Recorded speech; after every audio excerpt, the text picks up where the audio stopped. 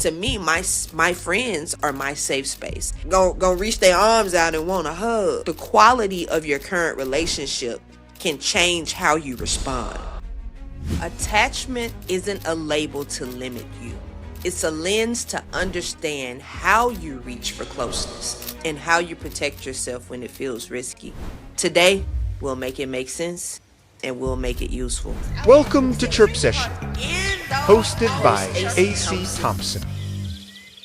Spread your wings, chirpers. Welcome to the Chirp Session Weekly Diary Love Series Unfiltered. I'm your host, AC Thompson. And today, we'll start with where attachment came from, y'all. We'll map the 4 common adult patterns, and then we'll actually use them without turning your little heart into a diagnostic report. So let's dissect it, let's dig into it, and let's get to it, okay? All right, so attachment began with John Bowlby and Mary Ainsworth. So they were studying infant caregiver bonds, okay? So Ainsworth's work, just called Strange Situation, introduced brief separations and reunions between the infant and mom and the infant and stranger. So we're revealing patterns of how babies seek security, all right? Secure, avoidant, and anxious. That sounds like we the adults too, right? We still kind of hold on to those attachment styles even into our adulthood. So later, Hazen and Shaver extended those ideas, right, to adult romantic relationships. So we're showing similar patterns in how adults bond, how they reassure, and how they cope with closeness or separation, right? So I have a strong belief as well that as we carry those infant and toddler traits, we translate them into the bonds that we create, those emotional bonds where we feel safe, right? Where we feel nervous, where we feel a little bit anxious. So chirpers, my friends, y'all, they see all these sides of me because to me, my friends are my safe space. That's where I feel the safest. So they see parts of me that most won't see because that's my blanket. All right, that's my lubby, as my nephew would say. So let's talk about the 4 common adult patterns. And we'll use Bartholomew's 2-dimensional model. So we have anxiety and we have avoidance, right? So where you land on those axes suggests a pattern. But remember that can change, y'all. People shift with different partners. They shift with different contexts. They shift when they're in different situations in their life. So let's start with the first attachment style. The very first attachment style is what? Secure. Who has secure attachment styles out there? So that means we are comfortable with intimacy and autonomy. We share, we receive, we repair, and we keep perspective. Okay? So if you have a secure attachment style, you guys write these down. Make sure you have your diaries out. You are comfortable with intimacy and autonomy. You share, you receive, you repair, and you keep perspective. That is the definition of a secure attachment style, okay? Number 2, anxious. That anxious, that preoccupied attachment style. We crave closeness, y'all. We worry about rejection, and we might read silence as danger. So if someone gets quiet for too long, we freak out. We freak out a little bit, okay? We protest behaviors, and we like repeated checking or escalations. So we protest behaviors like repeated checking or escalations can appear. We're always like, you okay? Can I get you anything? Did I say anything wrong? Why are you looking like that? Why are you doing that? What are you thinking? What's wrong? That's that anxious, preoccupied attachment style, okay? That's number 2. Number 3, we got the avoidant, that dismissing attachment style. You value self-reliance. Intimacy can feel like you're losing your freedom. You downplay your needs, you keep your distance, and you aren't that open about where you are. So when we have an avoidant or dismissing attachment style, you value your self-reliance. Intimacy can feel like you're being suffocated a little bit, and you downplay your needs. You don't really like to tell people where you are or how you're feeling. So that's your avoidance style. Number 4, we have your fearful avoidant and your disorganized style. So we want closeness and we fear it.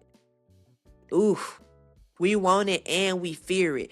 And it's often linked to trauma that has happened in our lives. So you may switch between, okay, pursuit and withdrawal. You ever had anybody that's heavy on you? Heavy. I'm heavy on you. I want you. I need you. And then they withdraw. They pull back. I want you. And I pull back, right? Sometimes we call that toxic. Sometimes we link that to certain zodiacs. Like stated, it's often linked to trauma though. So let's put it all into perspective, y'all. Let's pinpoint the reactions of the secure, of the anxious, of the avoidant, and the fearful when it comes to these different scenarios. So we'll look at texting, we'll look at planning things out, and we'll look at conflict, because those are the major things I think that comes up when we're talking about attachment styles, okay? All right, texting. Y'all get y'all diaries out. Make sure y'all writing this down. It's good stuff. Texting. So secure, they text and can wait. They can text you and they don't have a problem waiting. The anxious attachment style, they spiral after a long delay. So if you don't respond there, what are you doing? Did you get my message? All of this, 100 messages, okay? The avoidant reads frequent texting as pressure. So if you text them a lot, they feel like you suffocating them. That's the avoidant. That's the avoidant attachment style. And the fearful, they switch between over-texting and ghosting. Y'all.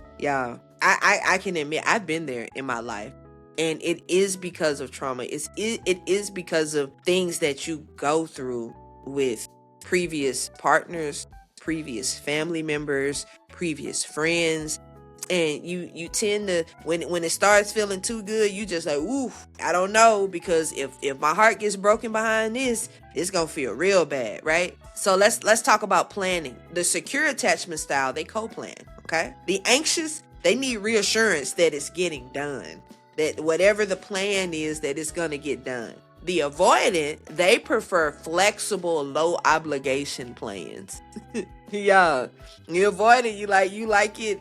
Hey, low obligation, me, please. And then the fearful, they alternate between intense plans and cancellations. So they'll be like, we're going to do this.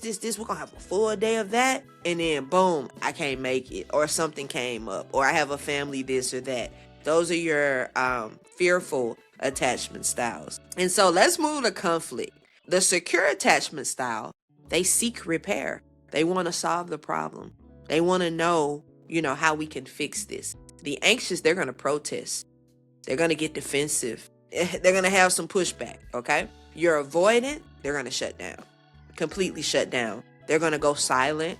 They're not going to talk about it. And then your fearful attachment style, they're going to storm out and then return wanting closeness. So they're going to walk away and then want you to go reach their arms out and want a hug. Want you to coddle them. Want you to rub their head. Massage their little hands, okay? Those are your fearful attachment styles when it comes to conflict. Those are some really good things, y'all. If y'all, rewind it if you have to and write those things down. But try to find which section you fall under, okay? Researchers debate if adult attachment is a personality construct or if it's relationship specific. And the answer is it's both, y'all. It's kind of a little bit of both of them. It's a hybrid between your personality and your relationship. You bring a pattern, but the quality of your current relationship can change how you respond. So how you responded with an ex 10 years ago might not be how you respond to a person that you're with today. If you lean anxious, this is a toolkit for you guys. So think about this. If you lean anxious, you favor the clarity over the guesswork. You don't like guessing about it. You ask for specifics.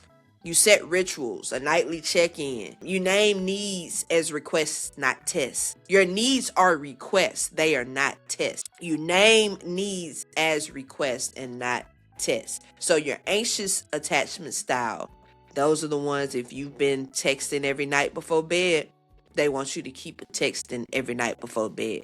If you call first thing in the morning, they still want you to call first thing in the morning, okay? If you know we talk on the drive to work, they still want you to talk on the drive to work, okay? If you lean avoidant, you practice graduated vulnerability. So you share one personal line, then you pause. You agree to like a time box check-in. We're going to do this at 3. It might be 7 tomorrow, and it might be 10 today, okay? You protect your solitude, and you protect the bond, okay? So that's your avoidant attachment style. If you have a secure, we have a secure attachment style. You don't overfunction, you model repair, you invite openness, but you keep reciprocity healthy. We have a clear line of communication when we have a secure attachment style. And then if you're fearful, you prioritize safety work, that's therapy, that's trauma-informed practices.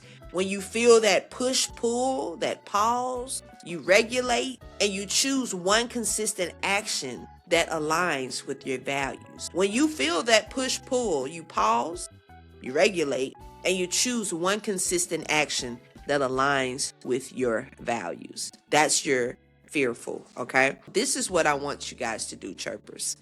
Let's talk about it. Let's write about it, okay? Attachment is a map. It's not a verdict. You can redraw your routes at any moment with self-awareness, with better partners, and with kinder boundaries. You got to be kind to yourself first. And then when you have partners who kind of feed into that, it helps, okay? So this is what I want you guys to do. Share your attachment win. A moment that you responded differently and felt proud about it. When did you notice your growth in your attachment style? And have you developed a hybrid style of attachment? Are you a little bit of this one and a little bit of that one? Yeah, I want to know. Hit me up, DM me, write in the comments on, if you're listening on Spotify, if you're listening on Apple, if you're listening on iHeartRadio or YouTube, y'all write some comments under the episode and let me know, what's your attachment win? When did you respond differently? When did you notice it? And do you feel like you've sort of developed a hybrid type of style when it comes to your attachment? All right. If you enjoyed this episode, please subscribe to Chirp Session via your favorite podcast platform. Follow Chirp Session on YouTube, Instagram, TikTok, Facebook, and X for behind the scenes content and to join the conversation. Y'all, we're going to keep this love thing going. Make sure you tune in next week. Every Thursday, 7:30 a.m. We've kind of switched it up a little bit, but y'all stay tuned. We got more coming. And eventually, y'all, at some point this year, I want to start bringing in guests. So if you feel like, hey, I fit, I'll be a good fit on the Chirp Session podcast, reach out to me. I'm open to it so we can start scheduling this thing out. I love y'all, chirpers. Y'all have a good week. Later. Thank you for listening to Chirp Session, hosted by host AC Thompson.